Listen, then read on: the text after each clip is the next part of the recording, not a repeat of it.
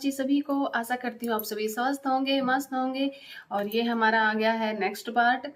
तो चलिए वीडियो में आगे चलते हैं।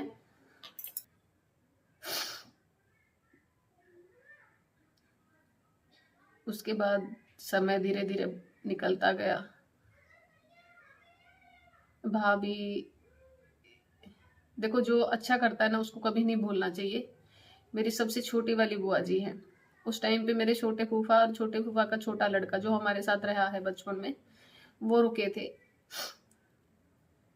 उस भाई ने बहुत साथ दिया, 1.5 साल तक हमारे परिवार को संभाला है। किया हुआ कभी नहीं भूलना चाहिए। देखो, उन भाई ने ना बहुत संभाला, सच्ची में मेरी फैमिली को 1.5 साल बहुत संभाला है। हम तो रोज रोज नहीं आ पाते थे, कोई नहीं करता किसी के लिए इतना, पर उन्होंने बहुत किया है। मैंने कोशिश भी की थी अपनी भाभी की मैरिज करने की, बुआ के लड़के के साथ, पर भाभी नहीं मानी तो मैंने भी छोड़ दी फिर वो चीजें। जैसे जैसे समय बीतता गया, मैंने सिलाई दिन रात की, भाई के बच्चों की एजुकेशन का खर्चा जितना मेरे से बन पड़ता था मैं देती थी।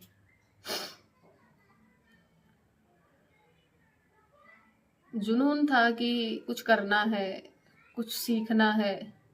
ये जो मेरे पीछे जो ट्रॉफियां लगी हैं और ये जो मेरी सर्टिफिकेट लगी हैं, ये सब मेरा उस जुनून का नतीजा है कि मुझे कुछ करना है। करना नहीं है, मुझे पैसा कमाना है। बस मेरे दिमाग में एक ही चीज़ आती थी कि मुझे पैसा कमाना है, मुझे पैसा चाहिए। जैसे तैसे धीरे धीरे समय बीतता चला गया और चंडीगढ़ से मैं पूना, और पूना से जम्मू, और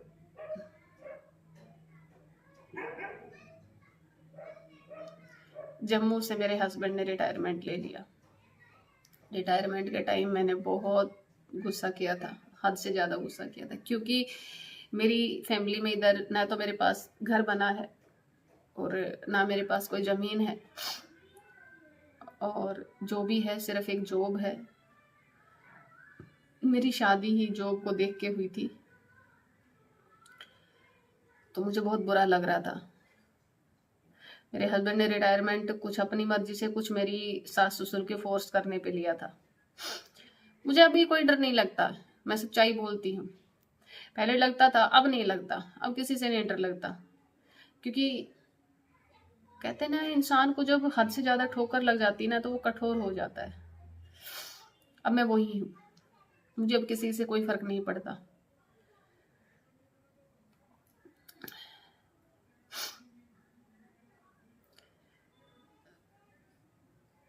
तीन जून नहीं 3 जुलाई 2017, ये वो तारीख है जिसने मेरी पूरी जिंदगी बदल के रख दी। जब तक भाई था ना तो मुझे इतना कभी नहीं लगता था। पता है, बहुत सी चीजें ऐसी हैं जो मैं कुछ गलत कर देती थी ना, ससुराल में मेरे भाई को कटघरे में खड़ा कर देते थे। अब नहीं डरती मैं। पहले मेरे भाई के लिए डरती थी कि उसको लाएंगे, यहाँ खड़ा करेंगे, 10 बातें सुनाएंगे, वो बेचारा सुन के चला जाएगा। अब नहीं डरती। अब जिंदगी बहुत आगे निकल गई है।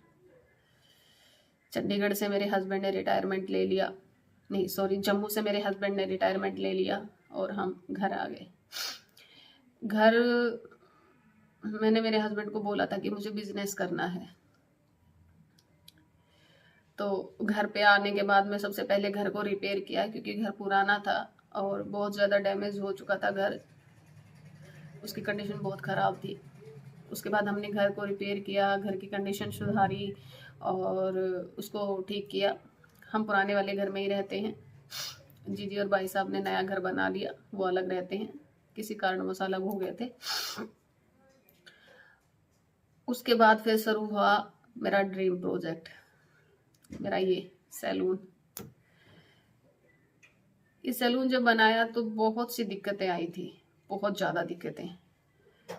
नहीं बनाना है, नहीं करना है, यहाँ पे नहीं बनाना है, वहाँ पे बनाना है। मेरे ससुर ने बहुत अड़चने की थी इसमें, और फाइनली जब ये बनने लग रहा था तो मेरे सास ससुर मुझसे अलग हो गए। मेन कारण यही था।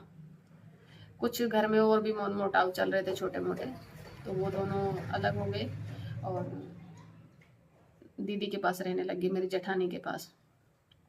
मुझे कोई फर्क नहीं पड़ता अब, पहले फर्क पड़ता था, अब नहीं फर्क पड़ता। जो मर्जी जहाँ रहे, जो मर्जी जिसको करना है करे।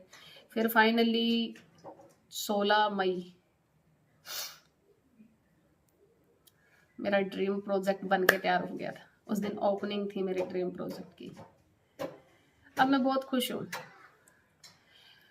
और जब मैं यहाँ पे आई थी तो जो मेरे ड्रीम प्रोजेक्ट बना, उसी दौरान मैं बच्चों को भी यहाँ ले आई, क्योंकि ईशांत अभी 11th में हो गया था और वो थोड़ा बड़ा हो गया, तो वो मम्मी और भाभी की मानता नहीं है। वो सर थोड़ा मेरे से डरता है, अपनी फूफा जी से भी डरता है। तो हमने सोचा कि अभी सही समय है बच्चे को संभालने का, अन्यथा ये गलत लाइन में चला जाएगा, क्योंकि एक को हम खो चुके हैं, इसको नहीं खोना चाहते। इसलिए मैं यहाँ पे ले आई उनको। यहाँ पे मेरे सैलून के पास में ही रेंट पे रखा हुआ है। मेरी मम्मी, मेरा भतीजा और मेरी भतीजी तीनों मेरे साथ हैं। भाभी जॉब करती है मेरी। अभी बहुत कुछ ठीक हो गया है लाइफ में, ऐसा कुछ नहीं है। तो मेरे तीनों यहीं रहते हैं। फिर मेरा ड्रीम प्रोजेक्ट चालू हो गया। अब मेरी लाइफ एक सेटल हो गई है, ठीक है। अब मैं अपने सैलून से वास्ता रखती हूँ, मुझे ज़्यादा किसी से कोई वास्ता नहीं है। मैं ज़्यादा किसी के अभी फचड़े में नहीं पड़ती, कौन क्या कर रहा है, कौन, मुझे अब कोई फर्क नहीं पड़ता है। एनीथिंग, अपने लिए जियो, अपनों के लिए जियो। जो अपने हैं, जो अपने नहीं, उनकी मैं परवाह नहीं करती। अब तो सीधा सा फंडा है, जो मेरा नहीं मैं उसकी भी नहीं। और फालतू की चापलूसी अब नहीं करती कि भाई दिखाने के लिए चलो गम छुपा दिए, हाँ जी माँ, हाँ जी पापा। नहीं, अब नहीं होता, नहीं करती। अब मैं सुबह अपना काम करती हूँ घर का, अपने बच्चे को तैयार करती हूँ, स्कूल भेजती हूँ, रेडी होती हूँ, अपने सैलून में आ जाती हूँ। पूरा दिन अपने सैलून में रहती हूँ। मैंने महेंद्रगढ़ में सैलून किया है, वीपी ब्यूटी सैलून करके। ज़्यादा कस्टमर हो, कम हो, कोई फर्क नहीं पड़ता। मैं अपने सैलून में रूटीन से आती हूँ और रूटीन से अपना काम करती हूँ। इधर माँ रहती है तो माँ को भी थोड़ा संभाल लेती हूँ, बच्चों को देख लेती हूँ। तो मेरी लाइफ जर्नी अब यहीं ख़त्म होती है। अब इसके बाद आपको डेली का व्लॉग जो मैं बनाऊंगी वो देखने को मिलेंगे। हर दिन का एक व्लॉग आएगा। मैं 2 दिन में एक व्लॉग डालूंगी। कोशिश यही रहेगी मेरी कि मैं अब रूटीन की चीज़ें दिखाऊंगी आप लोगों को, कि मेरा सैलून कहाँ है, मैं कैसे आती हूँ, और पूरा मेरा डे रूटीन अभी डेली व्लॉग चलेंगे। तो मेरी लाइफ जर्नी और मेरा पूरा लाइफ के बारे में सुनने के लिए आप सभी का धन्यवाद। और आशा करती हूँ कि मेरी जो ये आप बीती है आप सभी को बहुत ज़्यादा पसंद आए।